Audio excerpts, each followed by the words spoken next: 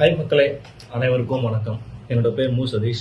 நேற்றைய தினம் திராவிட முன்னேற்ற கழகம் இளைஞரணி சார்பில் தென்மண்டல இளைஞரணி நிர்வாகிகள் சந்திப்பு. தமிழ்நாடு முதலமைச்சர், இந்தியாவின் தலை சிறந்த முதல்வர்களின் நம்பர் 1 முதல்வர் மு.க. ஸ்டாலின் அவர்களுடைய தலைமையிலும், இளம் தலைவர் அண்ணன் உதயநிதி தலைமையிலும் சீரும் சிறப்புமோடு தென்மண்டல நிர்வாகிகள் சந்திப்பு நேற்று முடிவடைந்தது. நேற்றைய நடந்த கூட்டத்தில் திரு முத்துவேல் கருணாநிதி ஸ்டாலின் அவர்கள் ராம்பாக்கில் அந்த மேடையில் நடந்து வந்து உற்சாகப்படுத்தி கழக இளைஞரணி நிர்வாகிகளை ஊக்கப்படுத்தினார்.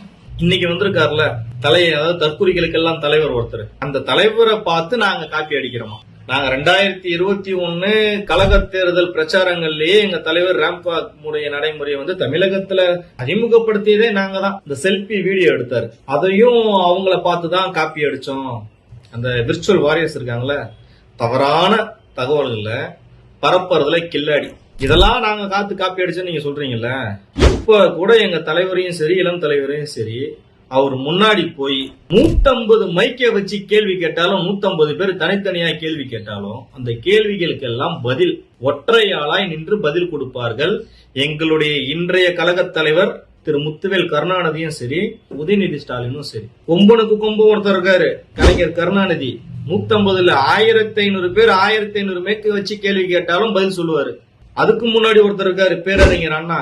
அதுக்கும் முன்னாடி ஒருத்தர் இருக்காரு, தந்தை பெரியார். எங்களோட கழகம் நேற்று தொடங்கி இன்று அரசியல் வித்தை கற்றவர் அல்ல.